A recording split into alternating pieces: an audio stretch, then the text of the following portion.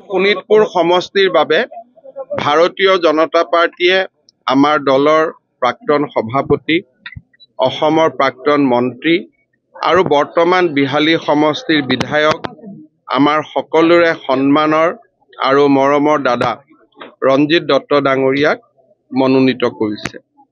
কাৰ্যকৰ্তাসকলৰ প্ৰবল উৎসাহ আৰু তৃণমূল পৰ্যায়ৰ পৰা আগবাঢ়ি যোৱা এজন কাৰ্যকৰ্তা হিচাপে ৰঞ্জিত দত্তৰ মনোনয়নে সমগ্ৰ শোণিতপুৰ জিলা আৰু বিহপুৰীয়া সমষ্টিৰ ৰাইজক উৎসাহিত কৰিছে, কাৰ্যকৰ্তাসকলক উৎসাহিত কৰিছে। ৰঞ্জিত দত্ত ডাঙৰীয়াই ২৭ তাৰিখে মনোনয়ন দাখিল কৰিব।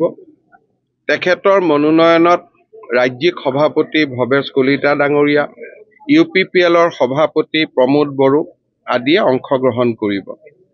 একেটা সময়তে যোৰহাট আৰু গোলাঘাটত মনোনয়ন থকাৰ বাবে মই তেজপুৰলৈ আহিব নোৱাৰিম। আগতীয়াকৈ ৰঞ্জিত দত্ত ডাঙৰীয়াক মোৰ অযুত শুভকামনা জনাবৰ বাবে তেখেতৰ বাসভৱনত আহি মই আজি উপস্থিত হৈছিলোঁ। একেলগে আমি সকলোৱে ভাত এসাঁজ, দুখন ৰুটিও খালোঁ আৰু অসমৰ সমূহ কাৰ্যকৰ্তাৰ হৈ ৰঞ্জিত দত্ত ডাঙৰীয়াক মই বহুত শুভকামনা জনাইছোঁ।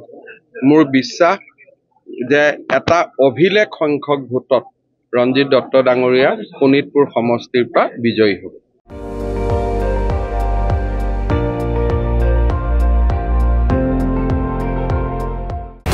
আপুনি চাই আছে ND24, সৰ্বশ্ৰেষ্ঠ নহয়, সৰ্বোত্তমৰ দৌৰ।